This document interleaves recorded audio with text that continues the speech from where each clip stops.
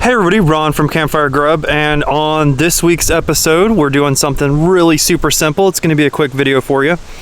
On my white gas Coleman stove, I just wanted to do a little video here showing off my Griswold lid griddle. So it's pretty old.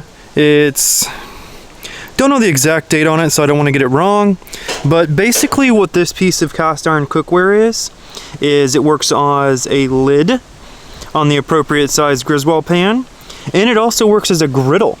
So it's kind of like a multi-use piece of cast iron. Flipping it over, and it's a size 9. So if you have a size 9 pan, which I do have, it's just at Travis's right now, it works as a lid for it and as a griddle. So far so good. We got the griddle going, we've got some bacon cooking on it, and it's a pretty nice vintage piece to go with this little old stove here we got.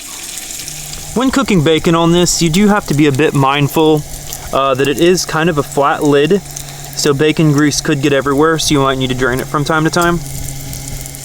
Another quick tip here is we still want some of the bacon grease left over for the pancakes, but I've got this potato, so I'm just going to kind of like scrape up some of the gunk here with this potato. And it's a good way to kind of like clean it up and give us a good new little cook surface here. After the pan's been cleaned with the potato, we plopped some pancake mix on there. Last thing that we're going to go ahead and cook up here on the griddle lid is this egg.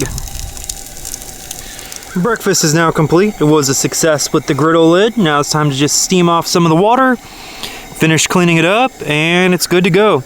Thank you everybody for watching, and maybe on some of my other camping trips I'll whip out some of my other weird, odd vintage cooking equipment.